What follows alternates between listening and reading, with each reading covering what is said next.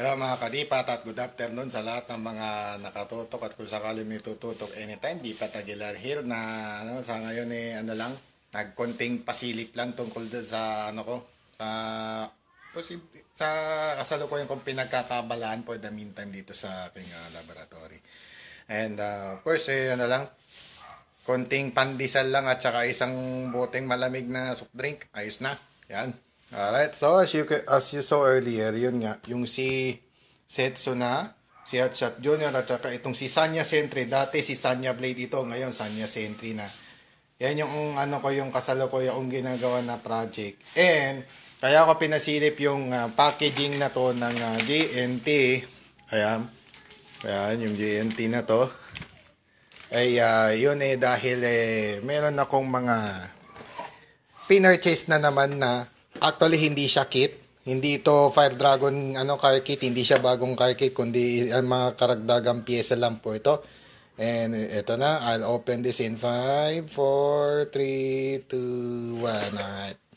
So ito nga yung mga kadipat Ito yung isa sa mga in-order ko. Ayan, yung 16mm. Nagagamitin nitong si Setsuna. Ayan. Yung 16mm na yan, para kay Setsuna yan. Itong rear brake and roller set, bumili ako ulit nito. Although dapat nga dalawa yon. Unfortunately nga lang, yung pinag-orderan ko, yan, of course, special thanks. So, before we continue, special thanks to Tamiya Changi Online in Malolos, Bulacan.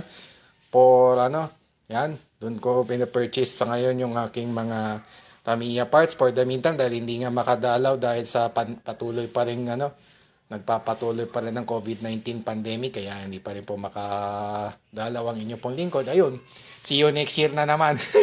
Malamang 2022 na ako makapagkarera na naman. Hay, nako. So, the best way na lang para ma-enjoy ito, mag-expand na lang ng racetrack. So, malamang, for the rest of the year, ang gagawin ko na lang, mag-expand na lang ako ng mga racetrack so that maituloy yung Dipats Tamiya League Season 2. Okay. So, going back dito sa mga pinamili ko. Ito yung dahilan kung bakit binili ko yung rear brake and roller set. Ito ay dahil sa dalawang ito. Nakikita nyo itong mga plastic roller na to. Usually sa harap to nilalagay. Pero pwede rin sa likod. Yan. Conforme ngayon sa cowl na kung kanino mong car na gagamitin. But in this case, I'll just use this in front. Yan. I'll mount this in front of the car. Again, kisetso na muna for the meantime dahil kulang pa sa budget ang inyong lingkod para makapag-expand pa ng mga auto. Yung Cosmo kasi next month ko pa yan May isang buwan pa siya na backstock muna bago siya mag-pro stock. So dito ko muna siya ilalagay. Dito ko siya ilalagay. Yan na po yung mga rollers officially ni Setsuna. So ang kulang na lang sa kanya ay gulong. Kompleto na ako lahat. Motor, gearing, battery, gulong na lang ang kulang, yung black-plated na 5-spoke. 5-spoke na lang na small dia. Maganda kasi yung takbo ng 5-spoke na small dia Mas magandang tingnan ang yung Lupine Racer Setsuna kapag mayroong ganong klaseng gulong. So, yan. Sa ngayon kasi hiniram ko lang yung kay Sanya Blade for the meantime. So, or kay Metalder, pwede ko rin ibigay kay Metalder yan, yung kulay blue na yan. Again, special thanks to Tamiya Changi Online. Yan. So, yun yung yun yung mga requirements. So, matatapos na itong si Setsuna. Magiging official na siyang Pro Stock Racer. Next year, come next year. Ayan. Ang isa ko pang pinamili ay ang itong basic tune up set for FMA. Bakit ko ba binili to? Siyempre, tatanungin nyo ako mga kadipat kung bakit ko binili to. Alam nyo kung anong dahilan? It's simply because meron siyang, yung cylinder damper na yun. Ayan yung mga kulay gold na yun kung napapansin nyo. Okay? So, itong mga na to, yan ang dahilan kung bakit binili ko to. At the same time, yung mga karagdagang plates. Ganon din ang MS set. Yan. Yung front and rear niya for MS, specially designed for MS. Yan. Usually sa T-Max stock to gagamitin. Ginagamit. Actually, itong mga setup na to. Usually nilalagay sa T-Max stock ito. Kung ang laro mo ay T-Max stock, yan. Pwede mong gamitin yan.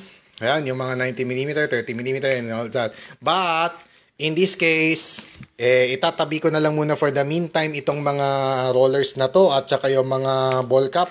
Dahil ang intention ko naman dito ay dahil dito sa dalawang to. Si Sanya Sentry at si Hatchat Jr. At saka yung si rin pala, I guess ano siguro, I guess yung Archera Myrtle din yata, I don't know. I don't know kung matutuloy ko pa yung Archera Myrtle, pero sige. Alright. So yung tong dalawang real estate na to, ito yung gagamitin ng Hotshot Junior dito sa likod. Dito kasi ilalagay. Yun namang yung ano ko naman, yung FRP side extension, diyan ko naman ilalagay sa harap. May dalawang pair pa ako ng FRP side extension sa MS. Dito ko siya ikagay. Parang yung kay Papa Roach din. Ito. Parang ganito yung gusto kong gawin para kay Hotshot Junior. Ito yon. So, yan. Parang ganyan. Ano?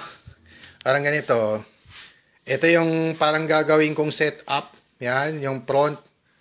Or, actually, with the exception of this, itong mass damper na to, ano lang to naka-rear hammer damper kasi ito. Pero itong si Hotshot Junior on the other hand, gagawin ko naman siyang front hammer damper. Front lantern mean in the sense na dito ako maglalagay nito. Itong niya, itong nandito niya, yung parang dito ko na may ilalagay sa kabila. So, yan. So, tapos yung brake setting, yun lang ang problema, yung brake setting, dahil naubos po yung yung hinahanap ko na rear brake stay na nagkakalaga ng mga 300 piso per set. Unfortunately, naubos. Ang natira yung mga high grade na mas mahal yon. Obviously, mas mahal yung mga high grade dahil umaabot yun ng 500 mahigit. At least 500 yung presyo ng bawat set na ganun. So, unfortunately, for the meantime, yun lang muna yung nakayanan ng inyong lingkod. Yan lang po muna yung kinaya. Yun.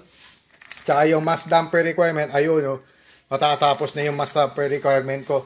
So, yan. Kaya ako binili yan.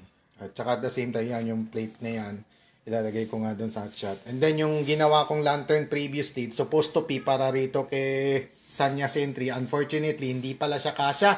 Hindi makagalaw yung mass damper dito. Kaya malamang, itutulad ko na lang din itong si Sanya Sentry kay Mojito. Kagaya na lang nito. Itong si Sanya Sentry, yung setup nito, pares na lang dito.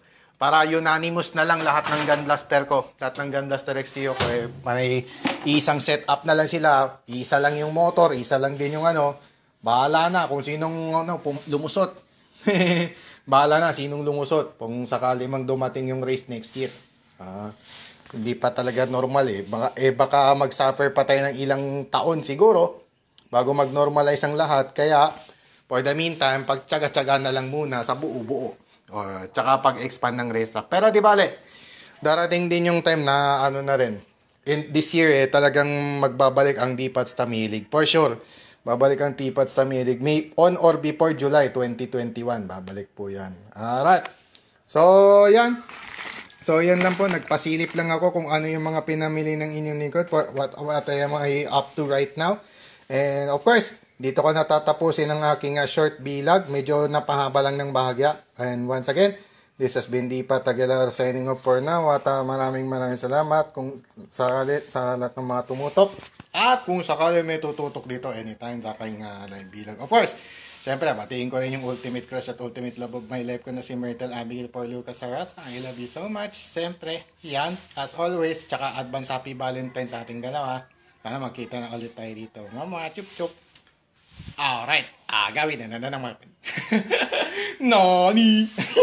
Ngayon lang nagnani, Alright, so once again, Dipa Taguilar here. Nag-iwan sa inyo isang magandang hapon sa inyong lahat. I'll cut this story short for now.